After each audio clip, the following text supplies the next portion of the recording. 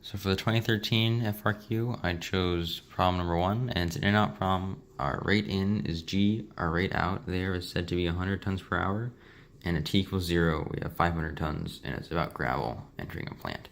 Okay, so part A asks, find G prime of 5, and using correct units, interpret the answer in the context of the problem, of G prime. So using a graphing calculator, we know that G prime of 5 is negative 24.5875 tons per hour.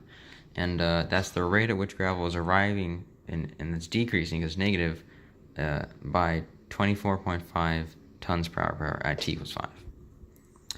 Part B asks, find the total amount of unprocessed gravel that arrives at the plant during the operation. So that's just going to be the integral from 0 to 8, which is the work day, says there, our domain 0 to 8, and of rate in, and that's just 825, we have 0.551 tons. Part C asked, is the amount of unprocessed gravel in the plant increasing or decreasing at time T equals 5? And show our work using answer. So we know that G of 5, if you just plug in G of 5, that's equal to 98.14076. But we know that we can process gravel at 100 tons per hour, and 98 is less than 100 tons, so that means the plant is processing gravel faster than it's arriving at T equals 5.